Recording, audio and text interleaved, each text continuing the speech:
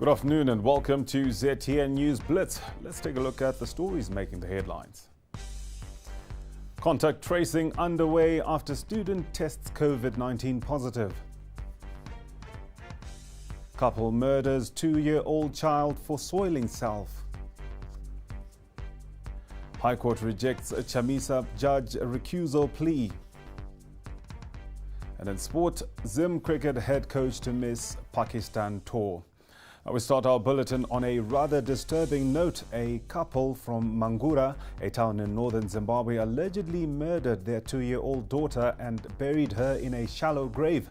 It is alleged that the father, Norest Masosha, assaulted the child to death using a wooden switch after accusing her of soiling herself. The alleged murder occurred on 30th of August when the couple had gone on a gold panning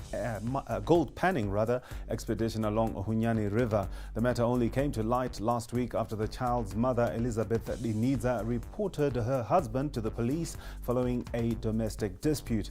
National Police spokesperson Assistant Commissioner Paul Nyati confirmed the case. He, however, could not confirm if the murder was a ritual killing or not. As the police, we don't want to speculate. Let's just wait for the investigations to proceed. This comes in the wake of the horrific murder of 7-year-old Tapiwa Makore from Murewa for ritual purposes. Tapiwa was murdered in September and his head is still to be recovered. As a result, he is yet to be buried almost a month after he was killed. It is believed that Chief Mangwende has refused to sanction burial until Tapiwa's head is recovered. ZTN caught up with Tapiwa's aunt, Beulah Musupai. A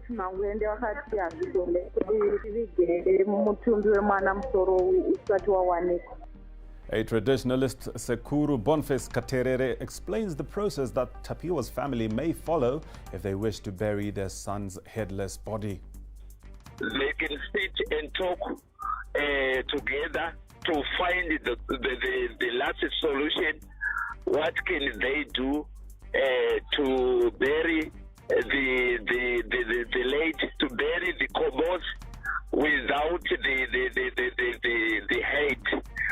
So if they failed, they can go to consult the medium spirit, which we can say the Mondoro of that area.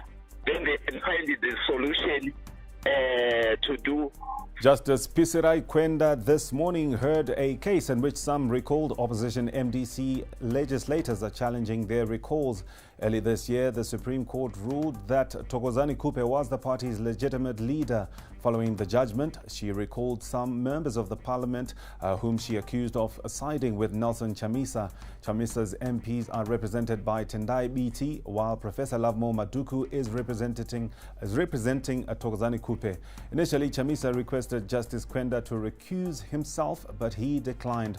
Our correspondent Patience Namburo is at the High Court. Good afternoon, Patience.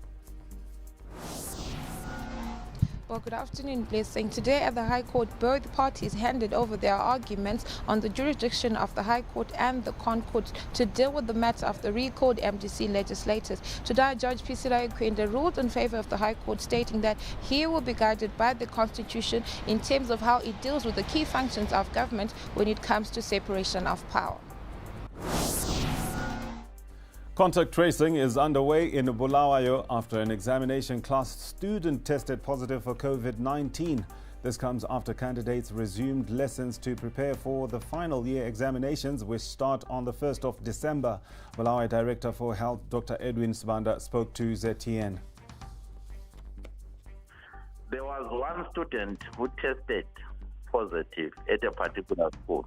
Then we did some contact testing. So I think amongst the contacts that were tested, I'm yet to verify, but I heard that there were about 2 students who were found to be positive. So once I verify, then you can check with me tomorrow. Okay. Now, Zimbabwe Parliament is investigating the Minister of State for Manicaland Province, Ellen Gwaradzimba, after she allegedly gave her son, Remembrance Mbudzana, a 206-hectare farm in Chipinge without following procedure. Gwaradzimba appeared before the Parliamentary Portfolio Committee on Lands this morning, where she was quizzed over the alleged land deal.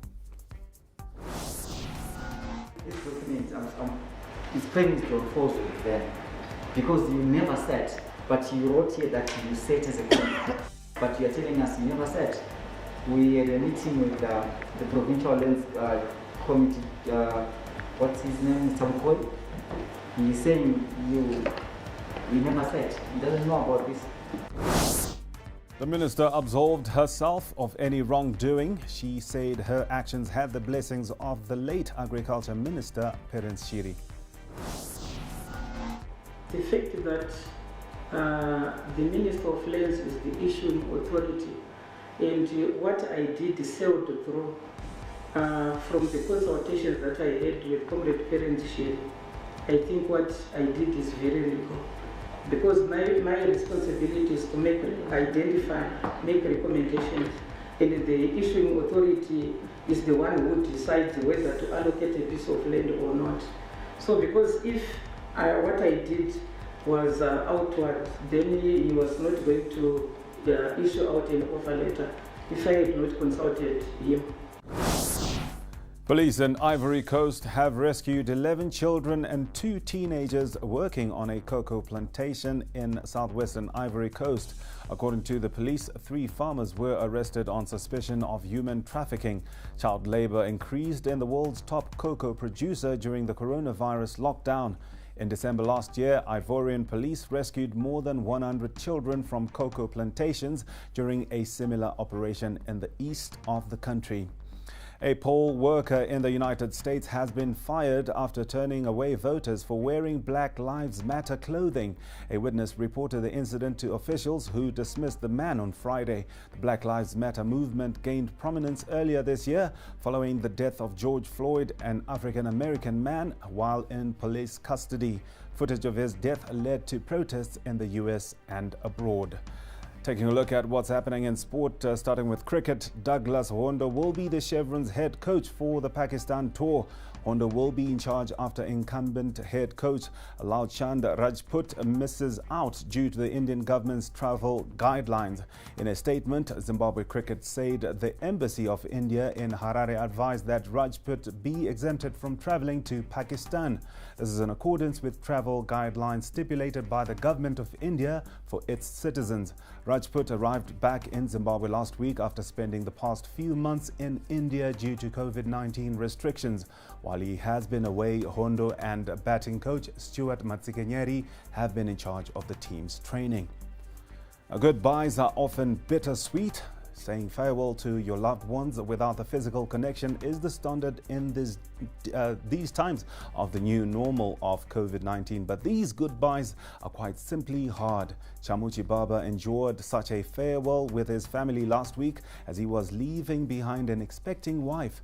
Chibaba revealed this in an interview with our reporter Brighton Jawi. Yeah, we're expecting baby number 3 early next year. Yeah, it's a bit, tough that I have to leave my wife behind. She's pregnant, and she also needs to take care of 2 of our kids. Yeah, today we had a practice match and they came over, and all I could do is wave at them from a distance because they're not allowed anywhere near. So it was a bit tough. My kids couldn't understand why.